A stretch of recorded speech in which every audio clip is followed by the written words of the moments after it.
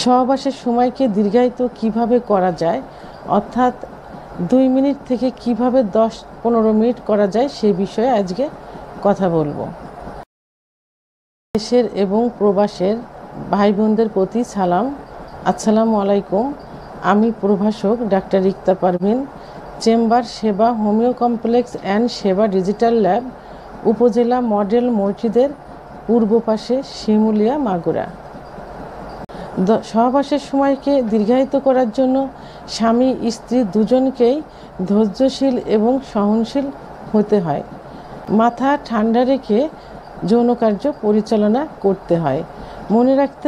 মনে রাখবেন যে আপনি যুদ্ধক্ষেত্রে যুদ্ধ করতে যাচ্ছেন না, জয়লাভ করতে যাচ্ছেন না।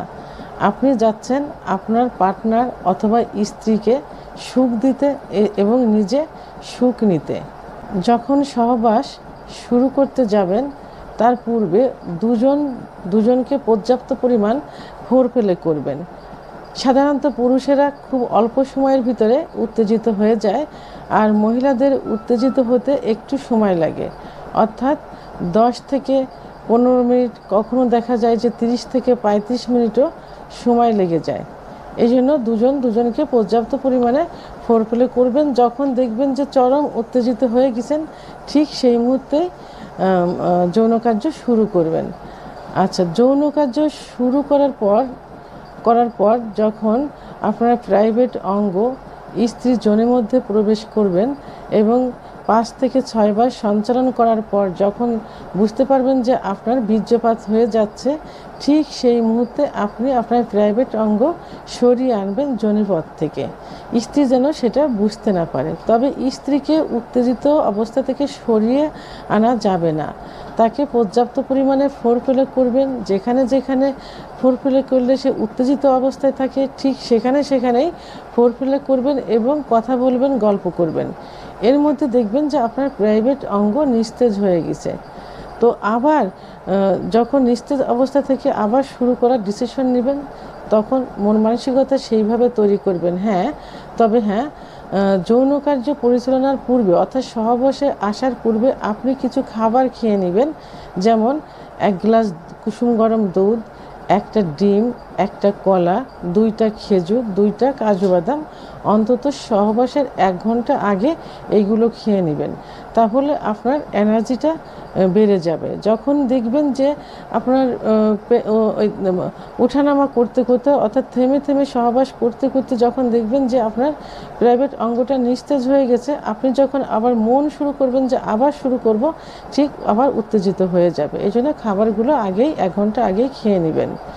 তো যখন প্রাইভেট আবার যৌন কার্য পরিচালনা করবেন, তখন আবার সেইভাবে নিজেকে প্রস্তুত করে যৌন কার্য শুরু করবেন। আবার 5 থেকে 6 বার সঞ্চালন করার পর যখন আবার বীর্যপাত হওয়ার সম্ভাবনা হবে, ঠিক তখন আবার এইভাবে বের করে ফেলবেন। স্ত্রীকেও সেভাবে ফোরপ্লে করতে থাকবেন। এভাবে পর্যায়ক্রমে কয়েকবার করলে দেখা যাবে যে 10 থেকে 15 মিনিট আপনি হাতে সময় পেয়ে যাবেন। আচ্ছা, এটার জন্য আরেকটা পদ্ধতি অবলম্বন করা যায়, অর্থাৎ প্রাইভেট অঙ্গ অত্যন্ত সেন্সিটিভ, যেখানে স্ত্রীর যোনির মধ্যে যে স্পট জায়গা থাকে, ওর স্পর্শ পেলেই এটা উত্থান হয় এবং কয়েকবার সঞ্চালন করলেই বীর্যপাত হয়ে যাওয়ার সম্ভাবনা হয়ে যায়। এই জন্য অ্যানেস্থেটিক জাতীয় কিছু ব্যবহার করবেন। এর মধ্যে যেমন কন্ডমটা কিন্তু রাবার জাতীয়, এটা ব্যবহার করলে সহজেই প্রাইভেট অঙ্গের স্কিনে কিন্তু ওইভাবে স্পর্শ হবে না, অর্থাৎ একটু দেরিতেই আপনার বীর্যপাত হবে। আবার আপনি এটাও করতে পারেন, অ্যানেস্থেটিক জাতীয় ভ্যাজলিন অথবা জেলি ব্যবহার করতে পারেন। যেমন আমরা শীতের সময় যে ভ্যাজলিনটা ব্যবহার করি, এটা কিন্তু অনেকটাই অ্যানেস্থেটিক জাতীয়, অর্থাৎ অবশ ধরনের। এই ভ্যাজলিনটা আপনি ব্যবহার করতে পারেন। এটা প্রাইভেট অঙ্গের আঘাত থেকে, অর্থাৎ অগ্রভাগ থেকে মাঝপথ পর্যন্ত ব্যবহার করবেন এবং যৌন মিলনে যাবার পূর্বে একটু ধুয়ে নিতে পারেন। যদি একটু চুলকায় তাহলে অবশ্যই অ্যালার্জি জাতীয় একটা ওষুধ খেয়ে নিতে পারেন। তো তাহলে দেখা গেল কি যে আপনি অ্যানেস্থেটিক জাতীয় জেলি অথবা ভ্যাজলিন, কন্ডম ব্যবহার করেও দীর্ঘ সময় যৌন কার্য পরিচালনা করতে পারেন। তো তো আমরা যে পদ্ধতিটা পূর্বে বললাম যে থেমে থেমে সহবাস করতে হবে, এইটা আপনি 4 থেকে 5 মাস প্র্যাকটিসটা করলে একটা সময় অভ্যাসে পরিণত হয়ে যাবে। তখন এই থেমে থেমে সহবাস আর করা লাগবে না, এমনিতে আপনার সময়টা বেড়ে যাবে। তো বন্ধুরা, আমার ভিডিওটি সম্পর্কে যদি কোনো মতামত থেকে থাকে তাহলে অবশ্যই কমেন্টসের মাধ্যমে জানাবেন। আর ভিডিওটি ভালো লাগলে লাইক, কমেন্ট, সাবস্ক্রাইব করে আমার সঙ্গে থাকুন। আল্লাহ হাফেজ।